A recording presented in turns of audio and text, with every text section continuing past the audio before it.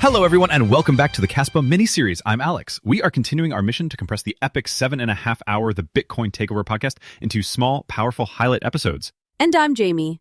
We've covered Kaspa's origin, its founder's journey, and its incredible scalability. But now we have to ask the single most important question in all of crypto, the one that every Bitcoiner, every skeptic, and every serious investor will ask. Is it secure? This is the ultimate test. All the speed and features in the world mean nothing if the network can be attacked or reversed. This episode is called, Is Kaspa Secure Enough? And we're going to dive into the tough questions Vlad Kostia, coming from a Bitcoin perspective, put to Yonatan Sampolinsky about the trade-offs of Kaspa's design. Let's start with the most obvious concern. In our last episode, we talked about Kaspa's goal of 10 or even 100 blocks per second. The immediate pushback from any Bitcoiner would be, you can't do that safely. Bitcoin's 10-minute blocks are slow for a very deliberate reason. Right. The 10-minute gap gives the network time to reach a global consensus and minimizes the chance of competing blocks, or orphans. Speeding that up is seen as sacrificing security for convenience. It's like building a race car without brakes. Exactly. But Yonatan's entire argument is that Kaspa isn't a car with no brakes. It's a completely different kind of vehicle. His core claim is that because the BlockDAG includes all blocks and never orphans any, the security model is fundamentally different. He stated that the design ensures the security won't deteriorate as you increase the block rate. How can that be true? It feels counterintuitive. His logic is that in Bitcoin, orphan blocks represent wasted security. A miner's hash power is thrown away.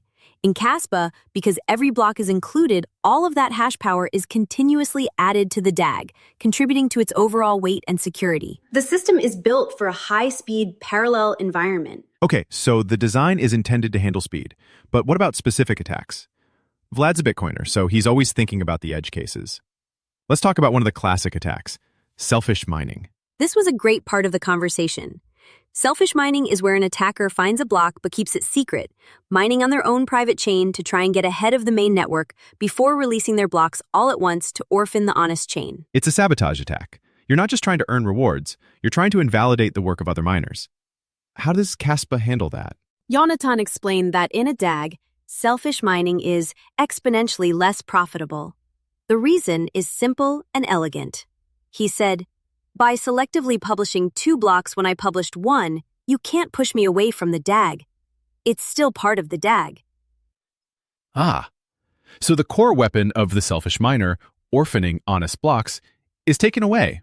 Even if the attacker releases a bunch of secret blocks, the honest blocks they were trying to beat will still get referenced by future blocks and become part of the record. The attacker can't just erase them from history. Precisely. Sabotaging another miner is incredibly difficult because the DAG is designed to be inclusive. He did add a crucial piece of nuance, though.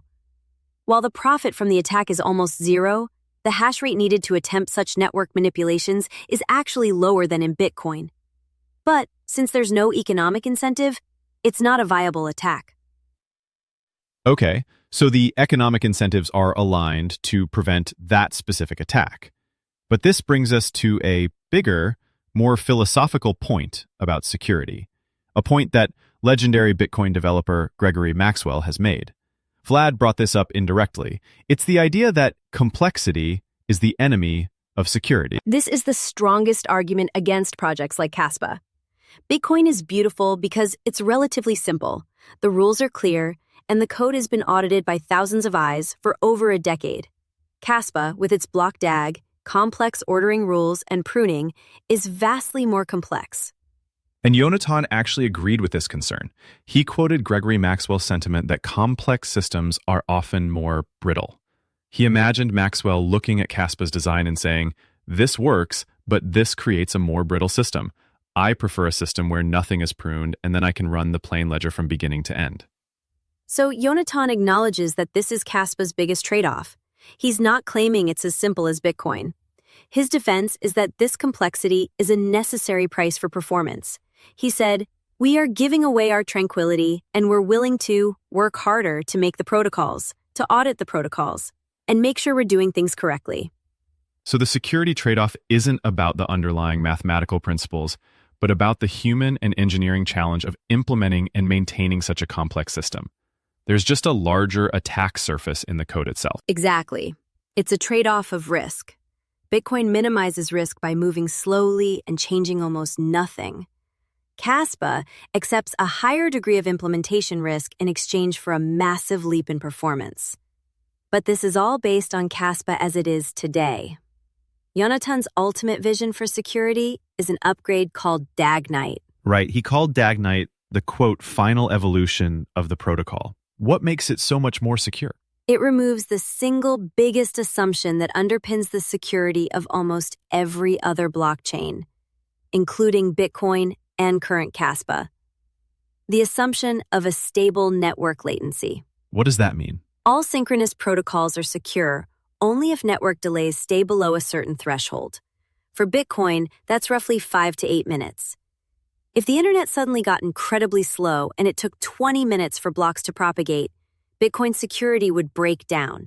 An attacker with just 1/3 of the hash rate could start causing chaos. So the security of the network literally depends on the internet functioning normally. Yes, and Yonatan argued that DAGKnight is designed to survive even when the internet doesn't. He called it World War III resilient. If a massive cyber war or solar flare caused internet speeds to become wildly unpredictable, DAGKnight would remain secure. He said, all the synchronous protocols will break. DAGKnight will be the only one that survives. How? Because it's designed to be partially synchronous. It doesn't have a hard-coded security parameter for latency.